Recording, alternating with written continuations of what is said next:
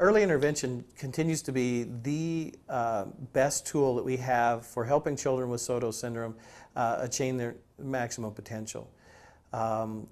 The most consistent neurodevelopmental feature that they have is what's called muscular hypotonia, or low muscle tone.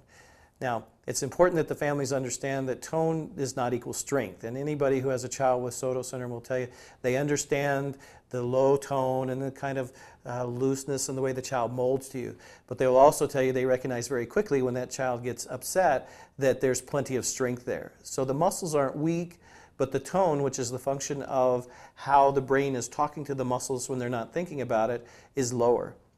The real key to obtaining our early developmental milestones is learning how to trick gravity.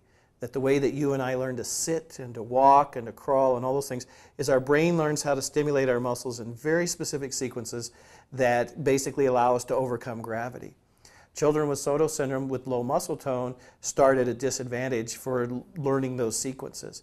And so the critical part is early intervention early, and particularly early intervention targeted at how to treat the hypotonia. I think early intervention for children with Sotos is important. I think it's important that parents, who are often the most informed in those early stages, bring some of these issues to the doctor's attention. So certainly the children may have some difficulty with coordination and some of their motor skills. It's important perhaps to get a PT involved at that stage, even maybe sort of occupational therapy. Speech is often delayed and rather indistinct, and again speech therapy can help at those stages.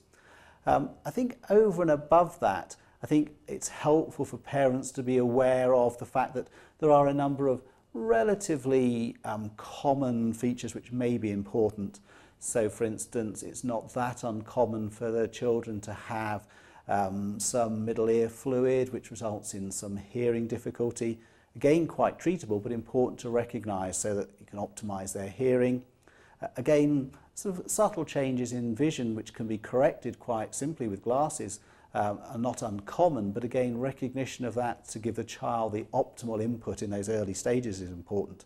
The most important thing, I think, is to remember that a child develops on his or her own pathway, no matter what that pathway looks like.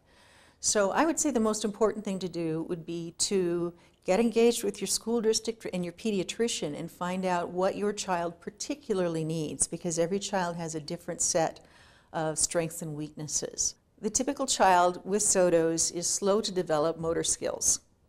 Intellectually also typically slower to develop language skills. So instead of fretting about that, the things to do are to find ways that you can help that child, number one, learn what's possible, and number two, not get really frustrated.